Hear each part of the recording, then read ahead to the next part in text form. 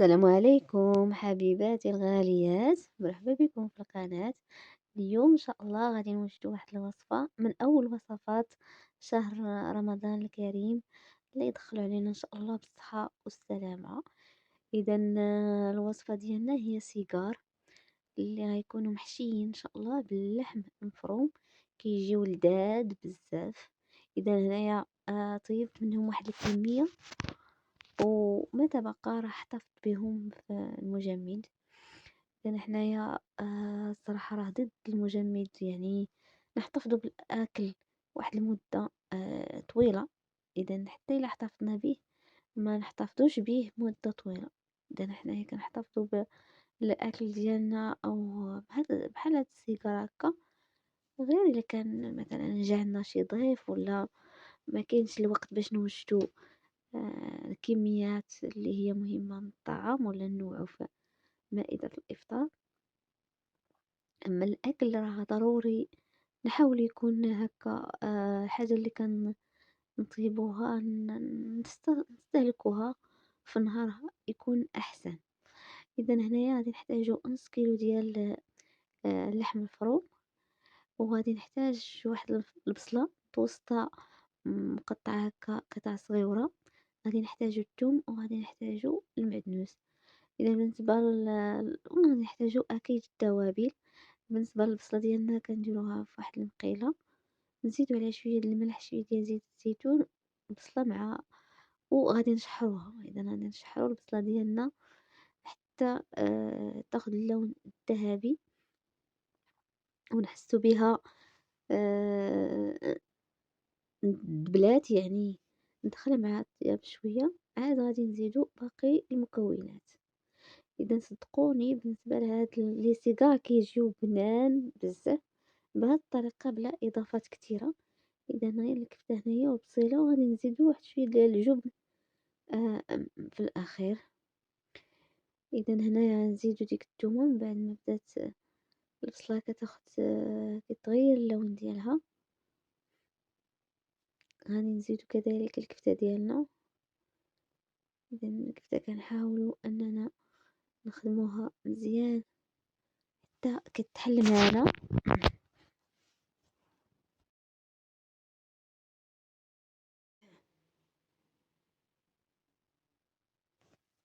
إذا هنا غادي نزيدو التوابل، غادي نزيد واحد شوية، واحد نص ملعقة من القزبر اليابس المطحون، غادي نحتاجو كذلك نص ملعقة من الحرقوم و راس المعلقة تقريبا من الكمون. إذا هادو هما التوابل اللي غادي نستعملها في هاد الحشوة هادي.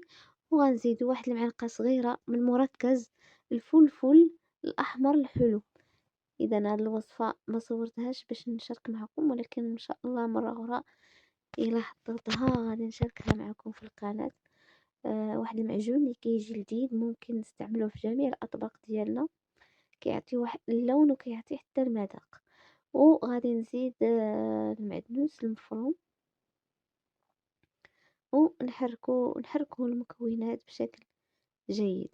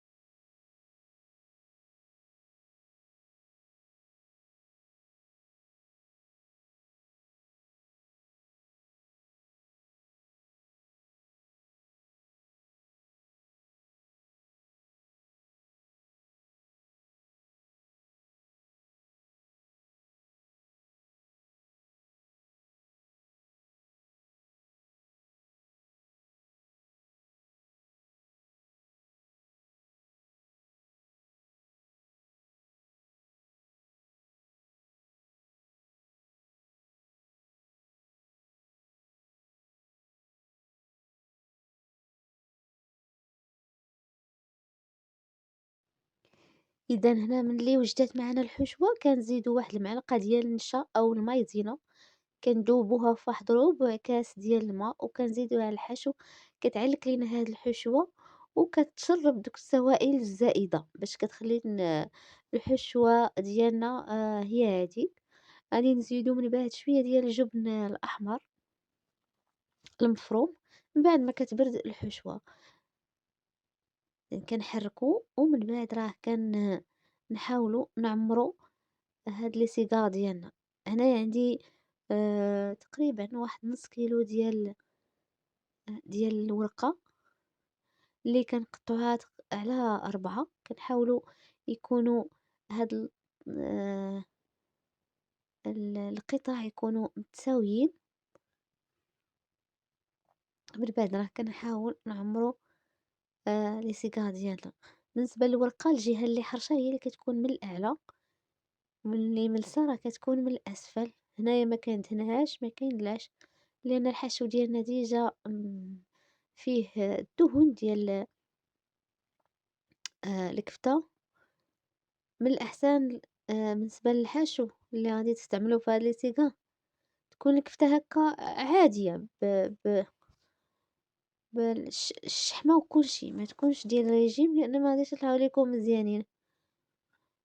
صافي كنستمر بالطريقة اللي كتبان ليكم في الفيديو، كنلصقو بشوية ديال الدقيق مع الماء كنخلطوهم دقيق الفرز، ولا راه كنستعملو أبيض البيض اللي جات على خاطركم. إذا بحال بحال، إذا مرة كنمسحو إيدينا باش ما تصبغش لينا الورقة من برا بالحشو، وتنحاولو نحافظو على نفس الشكل باش كتجي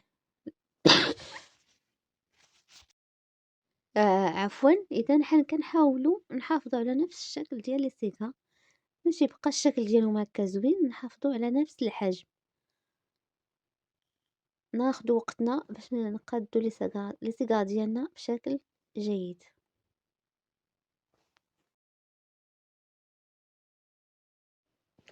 إذا هنا لي سيغا ديالنا من بعد ما وجدو راه كنحتفظو بهم، كنطيبو واحد الكمية اللي بقات راه كنحتفظو بها في المجمد ليوم الحاجة. إذا يوم اللي نكونو هكا إلا ما عندناش الوقت بزاف ولا عندنا الضياف وهذا راه كنستغلوهم غير ما نخليوهمش واحد المدة طويلة في المجمد. إذا هنايا لي سيغا ديالنا كيكونوا محمرين مذهبين، الشكل ديالهم زوين وبنان. إن شاء الله إلا عجبتكم الوصفة ديال اليوم ما تبخلوش عليا بالاشتراك، لايك مع تفعيل الجرس.